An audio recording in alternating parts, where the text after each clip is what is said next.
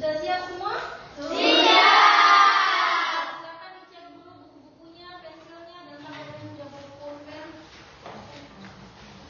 Sudah lengkap? Lengkap. Oke, baiklah. Hari ini kita akan mempelajari tentang berpikir komputasional untuk menyelesaikan persoalan dengan himpunan data berstruktur sederhana. Ada yang tahu apa itu data? Saya. Oke, apa Sherin?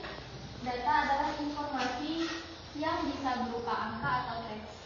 Oke, benar sekali. Bisa berupa angka, teks dari informasi tertentu. Kemudian, ada yang tahu apa itu pengelompokan data? Saya salah. Oke, apa Sherin? Pengelompokan data adalah cara untuk membagi data ke dalam kelompok-kelompok berdasarkan kesamaannya. Oke, berdasarkan kesamaannya. Ada yang bisa berikan contoh? Saya sudah. Oke, apa sih? Contoh pengelompokan data itu berdasarkan seperti juga dikelompokkan berdasarkan kesamaan kelas atau jenis kelamin. Itu sudah. Benar sekali. Kemudian dari jawaban teman-temannya tadi, dia berdasarkan pengelompokan data. Oke, berdasarkan paparan dari teman kalian tadi, ada tidak yang pernah mengatur uang jajannya dalam seminggu? Saya. Oke, baca apa? Kalau saya sadar, uang jajanku saya bagi rata setiap hari. Setiap hari selama seminggu berapa kira-kira itu? 5.000. Ada lagi yang lain? Saya sudah. Kalau saya sudah, saya sudah mengumpul harus supaya saya tahu saya tidak. Oke, Masya Allah, efektif sekali. Supaya tidak boros ya. Oke, jadi tujuan pembelajaran kita pada hari ini yaitu yang pertama, peserta didik mampu menjelaskan konsep berpikir komputasional. Kemudian yang kedua, peserta didik mampu menerapkan teknik berpikir komputasional untuk menyelesaikan persoalan dengan data berstruktur sederhana. Kemudian yang ketiga, peserta didik mampu mempresentasikan hasil analisis dan solusi dengan jelas. Sehingga nanti di akhir kalian bisa berpikir komputasional layaknya seorang detektif. Wah, seperti rumah data, Ustazah. Seru itu. Ya, insya Allah materinya seru. Jadi kalau misalnya ada yang ingin ditanyakan, jangan sungkan untuk bertanya. Nah, dari tujuan pelajaran kita pada hari ini ada profil pelajar Pancasila yang terkait dalam pembelajaran kita. Apa itu? Yang pertama adalah bernalar kritis. Bernalar kritis itu dia memiliki kemampuan dalam menyelesaikan masalah berbasis data. Nyambung tidak dengan tujuan tadi? Nyambung. Yang kita bahas adalah analisis Data. Kemudian yang kedua, kreatif, yaitu mampu menghasilkan solusi kreatif melalui pendekatan komputasional. Contohnya seperti apa? Seperti yang dijelaskan oleh Fatimah tadi sama Caca. Kalau Caca tadi caranya bagaimana? Ya, uangnya dibagi rata setiap harinya dalam seminggu. Kemudian kalau Fatimah? Bicara semua orang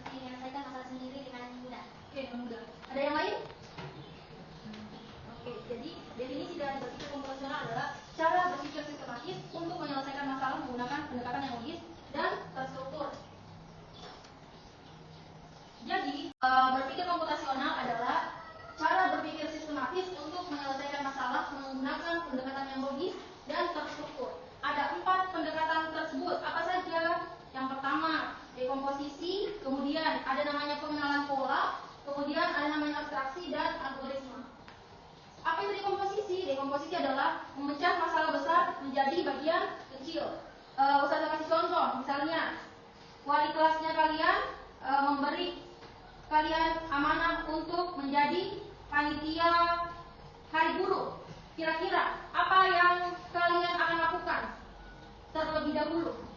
Kira-kira apa? Kalau misalnya ditunjuk kelas 8 menjadi panitia persiapan hari guru, apa yang akan kalian pikirkan? Memecahkan masalah besar menjadi bagian kecil. Oke, membagi tugas. Jadi setelah amanah itu satu, bagaimana caranya supaya masing-masing orang mendapatkan tugasnya. Jadi yang pertama memilih apa dulu? Memilih ketua panitianya. Berembuk memilih ketua panitia, sehingga ketua panitia bisa membagi-bagi anggotanya. Ada yang menjadi sesi dokumentasi, ada yang menjadi sesi acara, kan? Supaya apa? Supaya tidak pusing. Misalnya kelas 8 disuruh jadi panitia hari guru. Aduh, sama yang menjadi angin, sama yang menjadi ini. Nah, jadi alangkah baiknya supaya terstruktur. Jadi memecah masalah besar menjadi bagian-bagian kecil. Kemudian pengenalan pola, menemukan pola dalam data. Pola seperti apa yang dimaksud? Jadi pola yang dimaksud itu adalah misalnya ada guru yang bertanya, pelajaran informatika itu ada di hari apa saja dalam seminggu? Misalnya ada di hari Senin dan ada di hari Kamis. Berarti polanya adalah Senin dan Kamis. Tidak ada di hari Selasa, tidak ada di hari Jumat karena tidak ada pelajaran informatika. Jadi harus mengenai polanya dalam data. Kalau di dalam matematika ada pola 2, 4, 6, 8. Itu merupakan pola bilangan apa? Bilangan?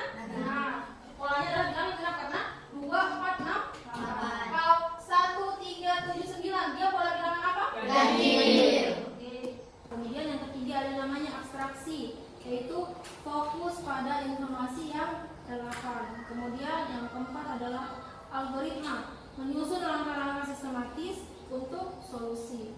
Jadi informasi apa? Penjualan produk yang harus pada toko itu. Misalnya kalau kalian pergi di beauty, biasa perginya cari apa? Belanja apa pergi ke beauty? Misalnya apa?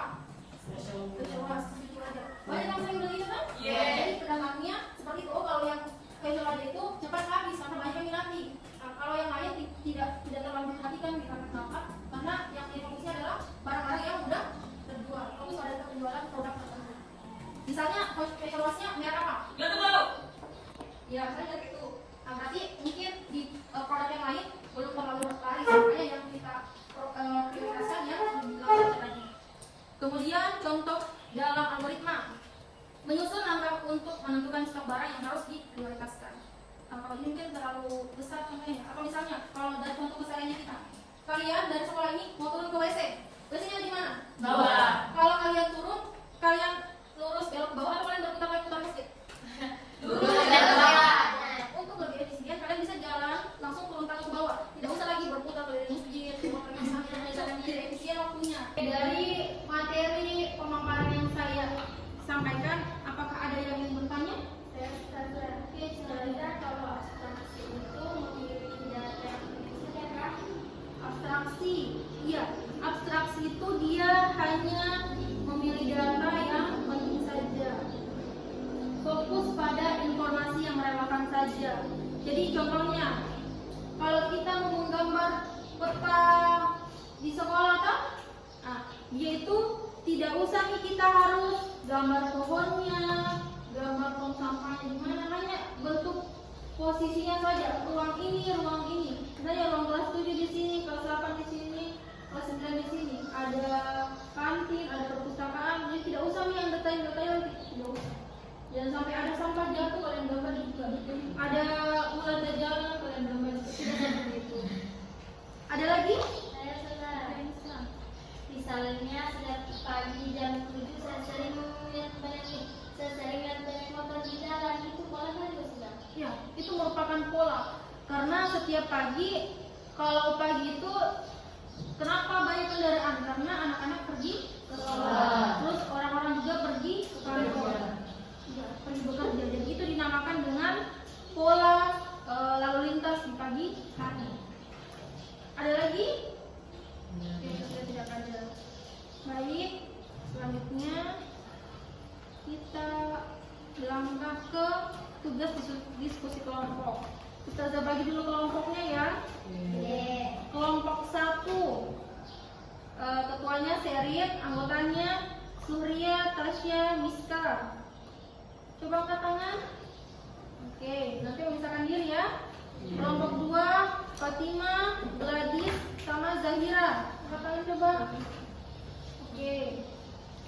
Caca, Zahra, Cahaya, Kesya. Yang mana? Oke, ada semua ya. Kelompok 4, Salsa, Ija, Amira, sama Anissa. Coba angkat tangan. Oke, silakan ke kelompoknya masing-masing.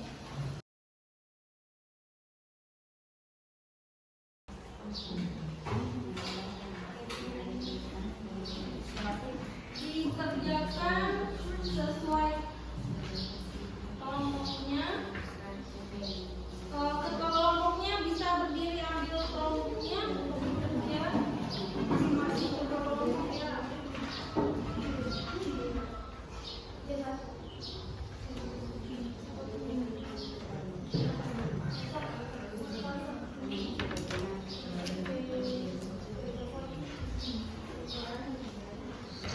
Kalau sudah, coba perhatikan di dalam soalnya. Di situ tentang mengelola data barang yang ada di warung. Langkah-langkah pengerjaannya. Pertama, kategorikan barang berdasarkan jenisnya. Jenisnya apa saja? Ada apa di situ? Jenisnya? Minuman, makanan, dan sama makanan. Oke, ada minuman, ada makanan sama makanan ringan. Ada berapa kategori? Tiga kategori.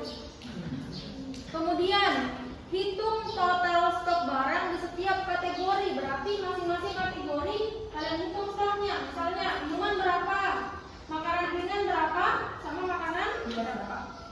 Kemudian temukan pola barang yang paling banyak tersedia. Barang apa saja kira-kira yang banyak tersedia di situ? Teh botol. Nanti dikerja secara susun. Kemudian yang terakhir, presentasikan hasil dalam bentuk diagram batang. Jadi yang pertama kalian harus buat dulu tabel dari tugas yang ini. Kalian kategorikan berdasarkan jenisnya, nah? Bisa kan? Kemudian kalau sudah ada berapa yang sesuai jenisnya, nanti dibuatkan tabel diagram batang. Sudah tahu cara membuatnya? Sudah. Kalau begitu silakan dikerja. Nah, jadi dia modelnya seperti ini. Oke, silakan dikerja, dibuka Chromebook-nya, dibuka untuk data sheet.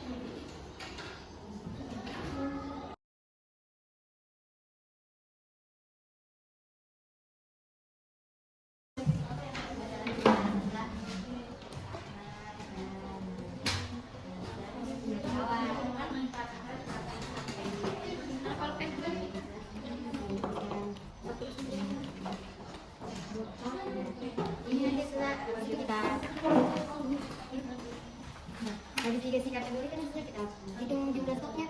Ya, setiap. Kalau kira-kira modelnya seperti ini, bisa tidak kamu kategorikan? Gimana kita masih simpan kredit? Botol berapa yang lain mari kita masih simpan? Nanti di bawah itu di stok. Kan saya bilang, di sini jenisnya, di sini jenis. Jadi kotak besar itu jenis kan? Ini jenis semua. Berarti saya, oh ini kan ini jenis kita yang besar. Ini kan 3, berarti buat 3. Ustazah, gambarnya sini kita tulis angka atau kita tulis nama produknya? Tulis nama produknya. Nanti ya, nanti yang kedua baru berapa banyak jumlah stoknya di situ. Oh iya. Oke. Ada lagi yang mau bertanya? Kawan.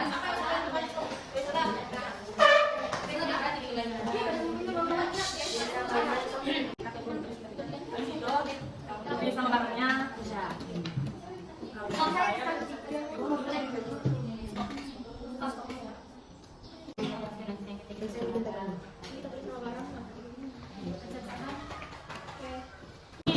Nah, ini toh, ini dikasih ini supaya tidak jadi ini seperti ini.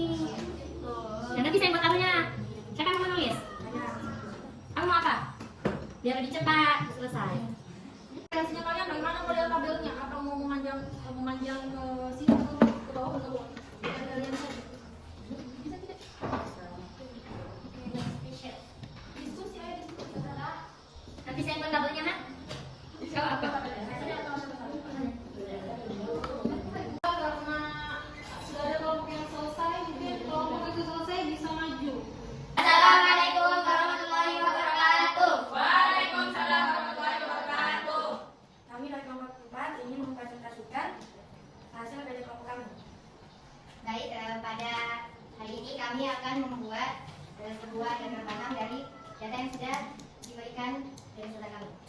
Pertama adalah mengategorikan barang berdasarkan jenisnya.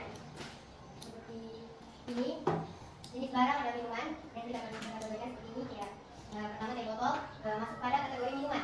Terus ada ampo gelas masuk pada kategori minuman juga. Susu kotak dan multi saset masuk ke dalam kategori minuman. Lalu ada kategori makanan. Yang termasuk dalam kategori makanan itu adalah kawat dan mie instan. Assalamualaikum warahmatullahi wabarakatuh. Waalaikumsalam warahmatullahi wabarakatuh. Kami dari kelompok 1 ingin mempersiapkan hasil. Jika ada yang ingin bertanya, kami mempersiapkan. Assalamualaikum, saya dari kelompok 3 ingin mengajukan pertanyaan dari mana kelompok kalian mendapatkan pola tersebut. Kami dari kelompok 1 akan menjawab pertanyaan dari kelompok 3. Jadi, dengan mengkategorikan minuman, makanan, dan makanan ringan sesuai dengan jenisnya. Kemudian kami menjumlahkannya menjadi